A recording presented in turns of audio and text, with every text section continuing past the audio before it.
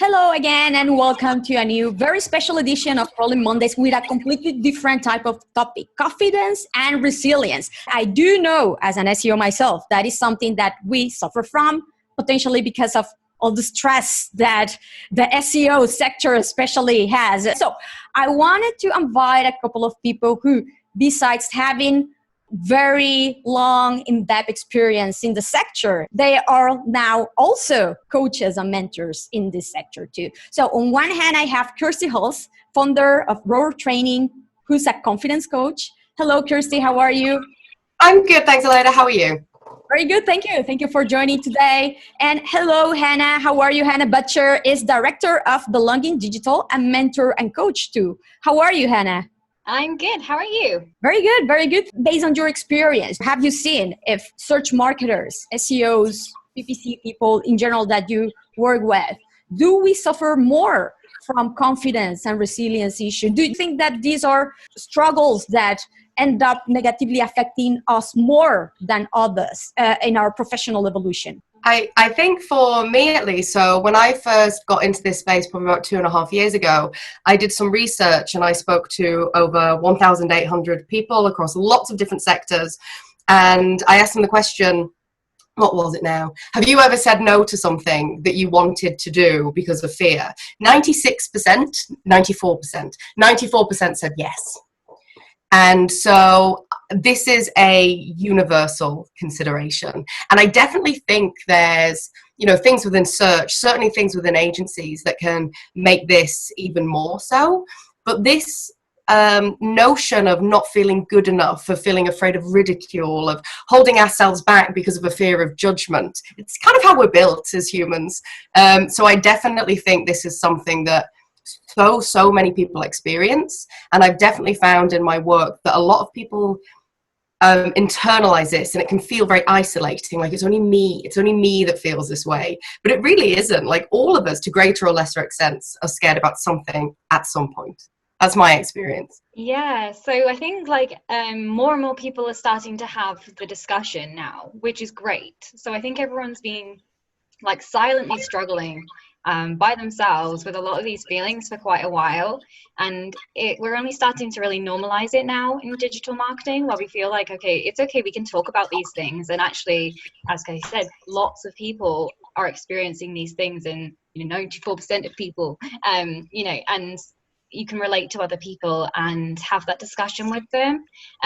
At the moment, I have taken on a batch of new mentees in my mentorship program, and literally the same themes are coming up over and over again in terms of imposter syndrome, feeling like they're not good enough, and dealing with difficult managers. And that's another huge thing as well. I think in digital marketing, so many people come into it. You work in a position for a couple of years, you get promoted, you're suddenly a manager, and then you've got to look after all these people in your team, but you've never had this management training in the first place.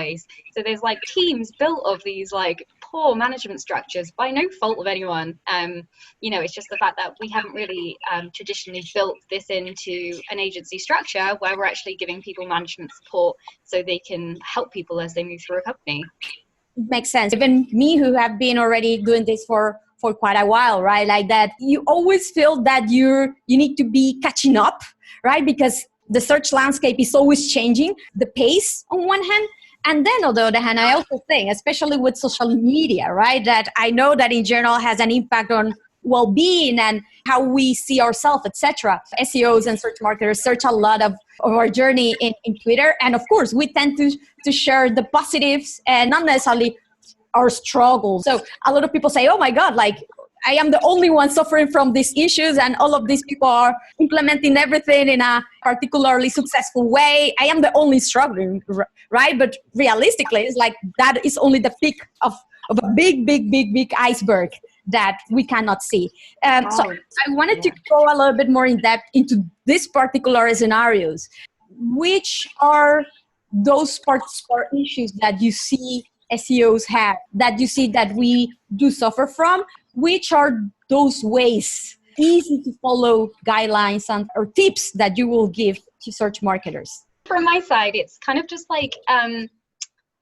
doing your time, I think, is probably one of the biggest tips I would give to someone. Obviously, your your rate of knowledge can grow at an exponential rate. There's no like set time for how quickly you can gain knowledge, but in terms of experience, that's a completely different thing. Like as you go through time and you accrue experience and you deal with different people, you deal with different projects and problems and how to overcome those, and people as well, because people, you know, we're all different, we come in lots of different forms, and whilst you may really gel with one person, you might not with another, and sometimes that's where the issues can start. So I think just getting that experience under your belt and not wishing away your career too early. So you don't necessarily need to have that promotion that you think that you really need, you know, just because it's going to get you like an extra couple of grand or euros, whatever it is, onto your pay packet. But just really like honing in on that experience and feeling really confident with what you're doing is probably more important in the long run, and will probably make you less resentful against the work that you're doing as well. So just really like owning what you're doing, and yeah, just trying to not rush, basically, because that's the thing that I'm seeing quite a lot, is people just wanting to get to that next step and not really focusing on what they're doing on the, like at the here and now. Yeah, I love that. Thank you. I think for me, I think what you mentioned, Aleda, is there's so much temptation, natural temptation for comparison. You know, comparing ourselves to others, comparing ourselves to what other people are doing. And so one of the things that I always say to people is you can't fix self-doubt with self-doubt. And that tends to be our strategy. So we'll kind of feel as though other people are doing better than us. We'll look at what other people are doing. We'll say, well, they're doing that and I'm not doing this. And that's a very normal, natural tendency. You know, as I talk about this is never a statement of judgment. This is a statement of confirmation. You know, if you're one of those people who naturally is like, well, you know, they've built all the links or they've got this promotion and I'm not there yet. I'm not that person yet, kind of echo Hannah's point. So I think for me, I think there's two maybe like practical things I can share now that might help people. So the first one is ask yourself the question, and do this all the time. What do I need to do to stay in my lane? Because I always say to people, you know, imagine, and maybe the people watching this now can do this. Imagine for a second, picture a world in which you're focused on your work, you're focused on yourself, you're focused on getting to where you want to go, you're focused on what you're doing. You've stopped investing that time, energy, and effort comparing yourself to others. What would be different? And people nearly always go, oh, I think I'd get more done. I think I'd do more work. And we tend to think that these comparisons, these self-comparisons, like keep us in check, but they don't. They're cognitively and emotionally exhausting. We need to know what our competitors are doing, but perhaps as a source of inspiration, not as a way to self-flagellate and judge ourselves. Yeah, so that kind of notion of what we need to do to stay in our lane, so we can avoid the very normal human natural tendency to go, well, they're doing that, and compare ourselves to others, because it's normal, but it doesn't serve us. So I think that's one of the things. I was going to share something else, but I've totally forgot what it is. I'm sure it'll come up later in the call. Don't worry at all, Kirsty. That is an amazing point, because I have to say it is indeed very human and very natural to do that. So at the end of the day, if you start following what everybody else is already doing and excelling at, it's because probably they have put, like, first, they like that particular area and they are particularly good in that area, which might not necessarily be your case. I mean, for example, if I see someone building 1 million links, whatever, sorry, I'm more of a technical, strategical SEO. So I it's not an area that I am good at, or I like to do that. So it wouldn't serve me if I obsess about that and try to follow just because other people are doing it. You need to be aware, or you need to know what you actually enjoy doing and want to pursue, and focus on that, you being you. I mean, so you need to know yourself and know what you actually like and pursue. Double down on that and focus on that instead of trying to see what other people necessarily are doing in many spectrums and areas, because this is the thing, at the end, SEO or search marketing is so broad. You cannot be the best in everything, or what. And also, it's not a zero-sum game. Is someone is already good or doing amazing at that. It's not like you need to beat someone else, right? You can all shine together and be good in different type of ways. Even if you end up doing something very similar in technical SEO or whatever, there are so many ways to approach things in SEO. There's never only a single way to do things. So it's not about obsessing yourself. I need to follow that exact path. faster or something like that. Actually, I had a mentee yesterday where we had a session like pretty much about this, and she's working in content, and from her perspective of everything that was going out like on social media was that like content is like a fluffy thing. So she came to see herself as doing like a fluffy job role, which is not the case, because frankly we need the content on websites, or otherwise they wouldn't exist. And everything that she was seeing externally to that was talking, you know, people like arguing about technical SEO, and she was starting to believe that maybe she was fluffy and actually she needed to get into technical SEO to be validated and to have some sort of you know, feeling like she was doing something worthwhile in her career. And we sort of drilled back to everything that, you know, she was passionate about and that she was good at, and by the end of the session we kind of managed to adapt her mindset to realizing that, you know, she was really, really great at what she was doing, and she didn't necessarily need to worry about trying to become a technical SEO, as long as she understood how it worked together and she could, you know, understand what people were talking about to like a basic extent. There was no need to, you know, worry her mind every single day with thinking, oh my god, I need to learn this, it's too scary, I can't do it. So it's just like, yeah, as we were saying, just like really owning what you do, and, you know, believing in what you do, and realizing that actually your career is valid regardless of what area of SEO or marketing you work in. That's so funny, Hannah. That was me.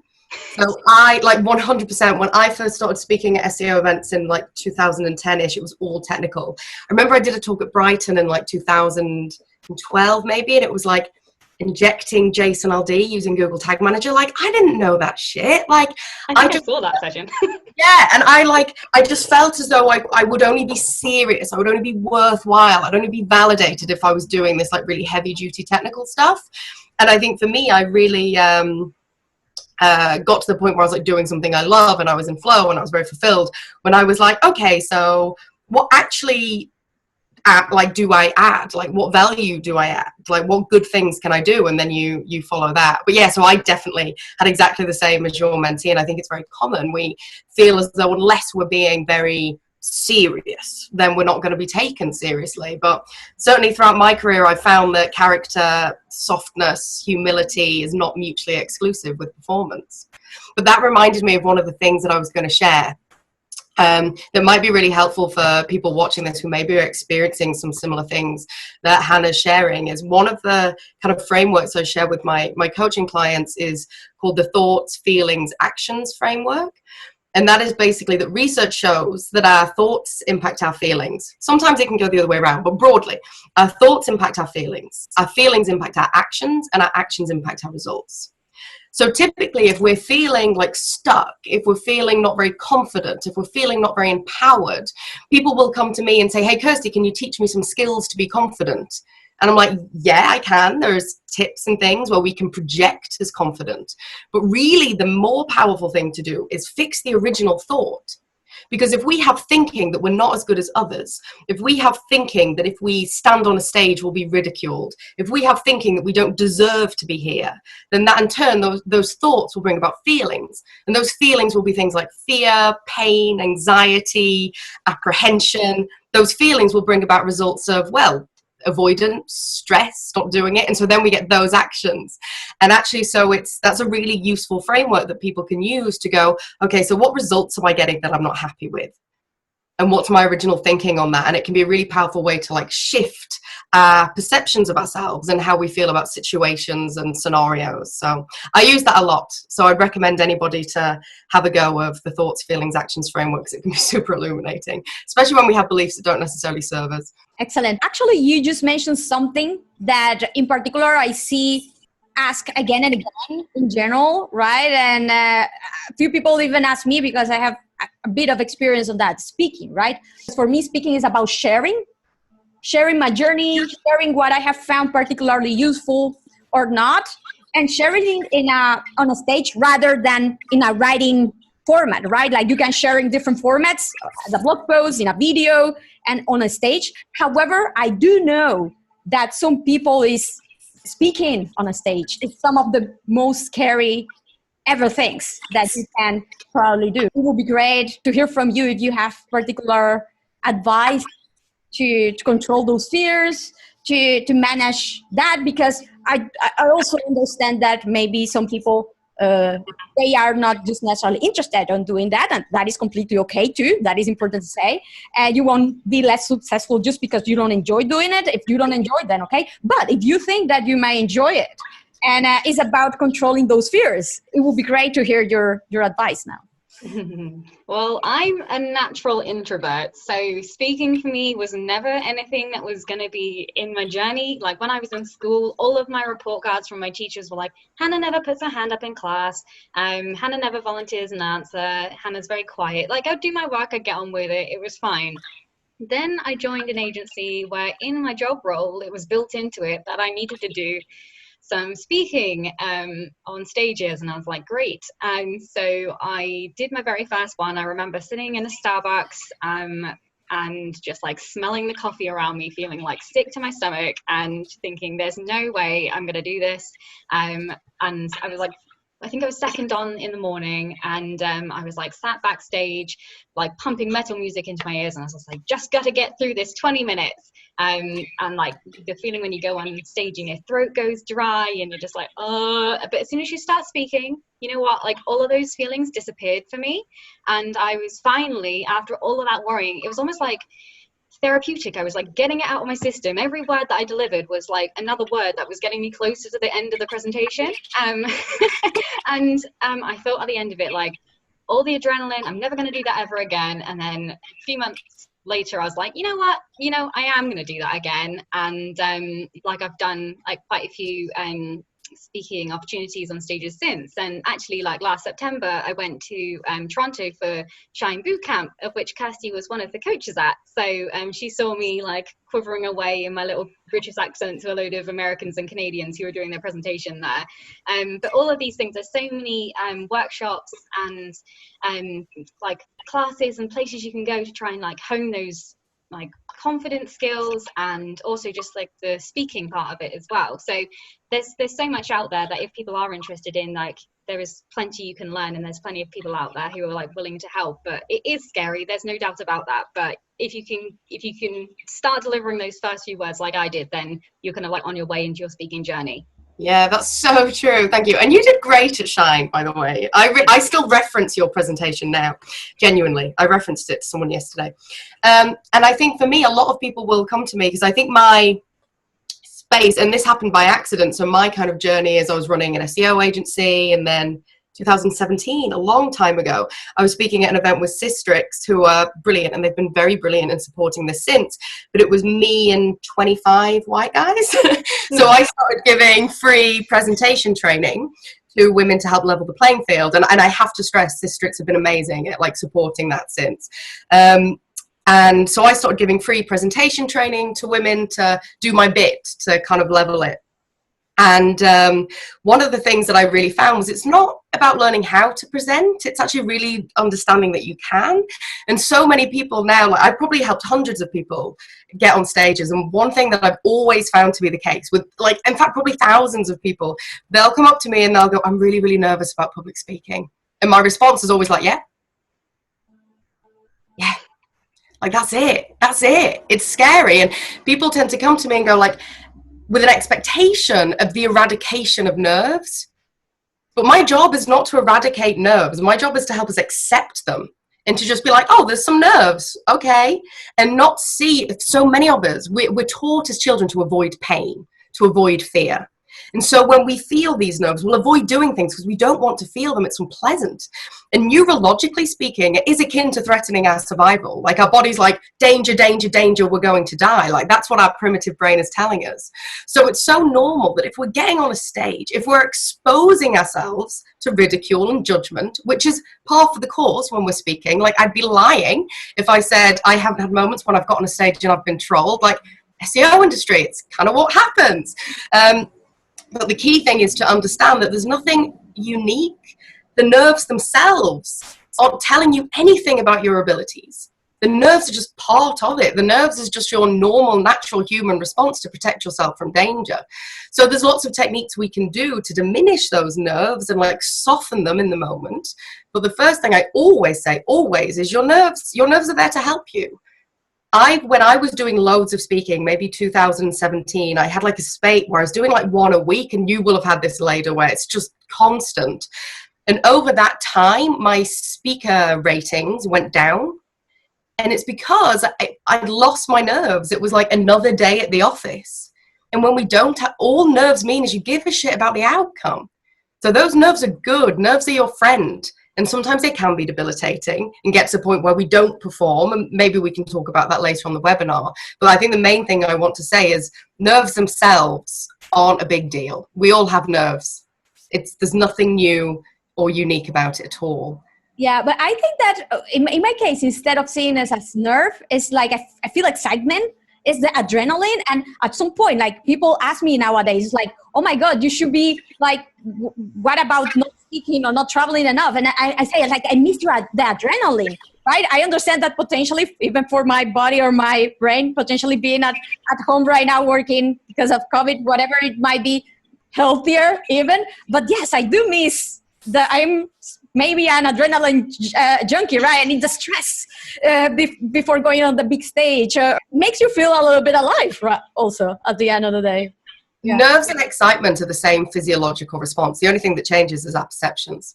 That is the same feeling, tightness in the chest, like butterflies in the stomach. It's the same physiological response. And research shows one of the best ways to improve performance is to reappraise your nerves as excitement. So you've got it. You're doing it. You're doing all the things. You're doing it. You know what? Another thing that potentially it has worked for me that might be useful for others is that I think that also a few people are nervous and scared to speak because they are afraid of the questions that will come afterwards and that they won't know how to answer. What happens if I am asked something that I don't know? And my answer is like, you don't need to know everything. I mean, you're there because you're sharing your journey, particularly something that you have found particularly useful to share with others, not because you're 100% the absolute expert in that area. And for that matter, nobody is in SEO. So nobody will know everything completely about a particular topic, right? And if someone asks you about something that you might not know at that point, it's like, oh, that is a great question. It's something that I will definitely take as an input in the future. Investigate more or to take into consideration in my tests or as a potential tactic or strategy that I want to verify or validate. Thank you for the question. Yeah, I think like that's it. Sometimes SEO Twitter comes offline, particularly at conferences where there's a Q&A section after the sessions. And there will be someone in the audience, without doubt, who isn't really asking a question because they want to find the answer to it. They're asking the question because they feel like they have,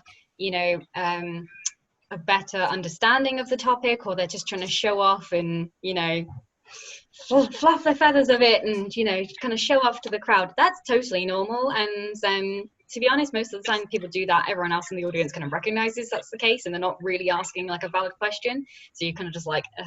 But, if that does happen, then obviously, as you say, you can just say like, well, take it offline, like come and talk to me after the presentation, come and grab me in the foyer, here's my Twitter handle, grab me an email, whatever it is. So you can actually take that conversation off if you realize it's going to be like a little bit of a difficult one and it's someone trying to, be a little bit more complicated than just asking a valid question. But yeah, either way, you can just, you can sort of just delay tactics and answer them later. And for me personally, because it takes me a little longer, than like a normal person to process information when people are talking, because I'm autistic, it takes me, I have to like really think about an answer before I actually like present it to someone. So the Q&A sessions can be more terrifying for me than the actual presentation section itself, but I think you just kind of just handle it and you just get through it, and don't feel like you need to answer everything like perfectly.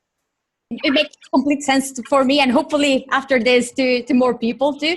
So to start wrapping up a little bit, I don't know if there's anything else that you think that will be interesting and critical to point out, to share, any tip, any aspect, any last advice before finishing today's session, so the search marketer out there takes that into consideration in their journey.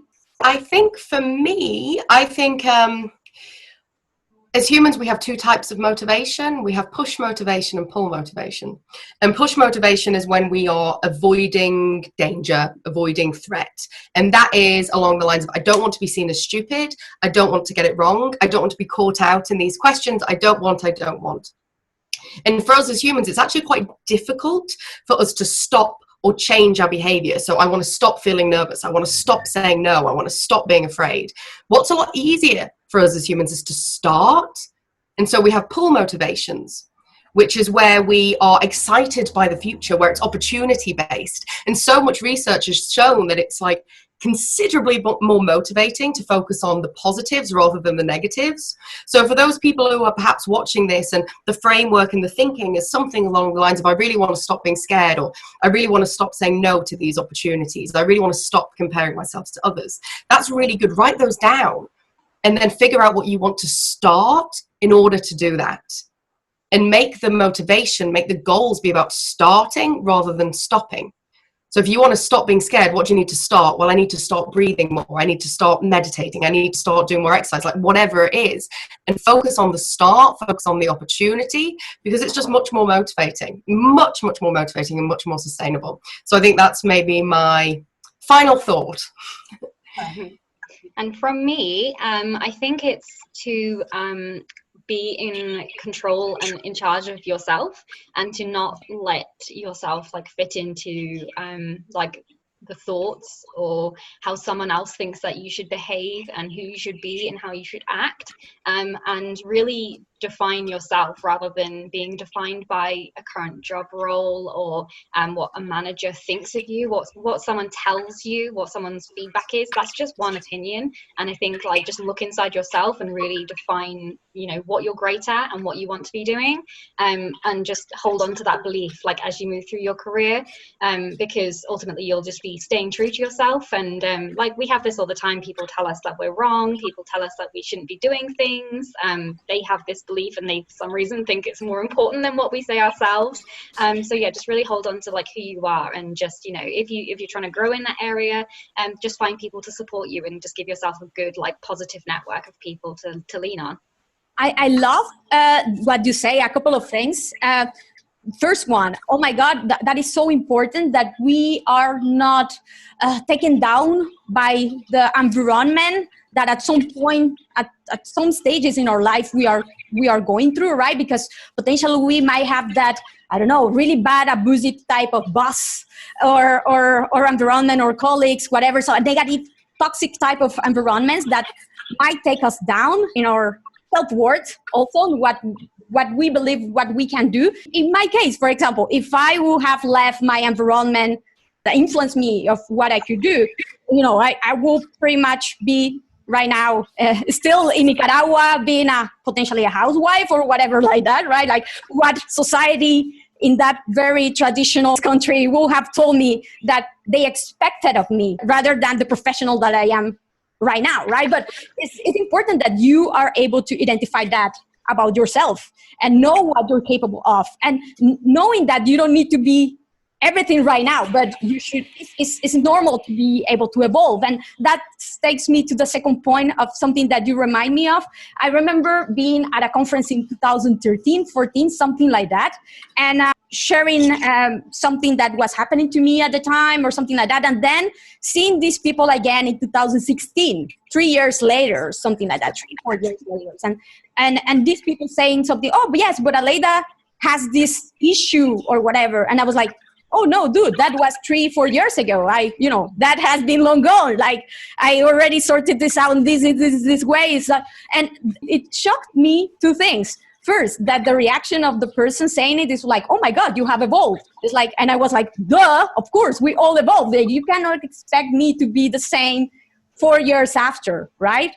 We all learn, that is expected. We all evolve, we all find out and sort out stuff that might be challenging us at some point on one hand. And then on the other hand, I love that because it allowed me to see how I had evolved and without even realizing it. So potentially you who are watching this video, you may want to think where you were 5 years ago or 3 years ago, and potentially understand how those that looked at that point like big struggles are not necessarily that much of a struggle anymore. That if we internalize and think more about those, we can be our best examples of growth and evolution at the end of the day. So yes. Yeah, I love that. And I always say to people, by the way, Elodie, you are an absolute superhero. I will often say to people, like, we set the tone for how other people treat us. Not always, and there are, of course, exceptions to this, but we set a tone. So if we're going out into the world believing in ourselves, easier said than done, there's lots of ways to get there. But if we go out into the world believing in ourselves, believing in our abilities, knowing we know our shit, if we know that, we create that tone and we create that expectation. And I think this is something so I've got loads of brothers, older brothers. And so I learned not to let them smell my fear. And so then if we can start to get to that point where we're like, no, I can do this, then we can set that tone, we set that example. And if we're moving through the world going, I'm not very good, I don't think I can do it, then that's the example we set for others. So set the tone for how you want to be treated. Set the tone for how you want people to respond to you. And start, like you said, Aleida, going back, thinking about what you've done. Start to feel proud of those achievements. Because when we're so ambitious and we're so focused on moving forwards, we always forget to look back and think how far we've come. 100%. Well, I love that last message. So thank you very much. And so you have seen that, well, this is only a little bit of the highlights of the topic. There's much more to learn. And of course, if you want to dig much more into it, if you do think that you need help, you have here 2 amazing coaches who can definitely help you. You should definitely first follow Kirsty and Hannah. You can see their handles here and their websites, and they also offer coaching services. So please do go to their websites to take a look at far more of different ways that they can help you. So thank you very much, Hannah and Kirsty, for joining me today. And if you like the video, subscribe to the channel, because of course there's going to be much more awesomeness like this coming up. And leave your comments, your doubts. If you have any questions, feel free to leave them below, and I make sure to ping Hannah and Kirsty so they can come back and answer to you. Thank you very much. Bye-bye. Thank you. Thank you. Thank you.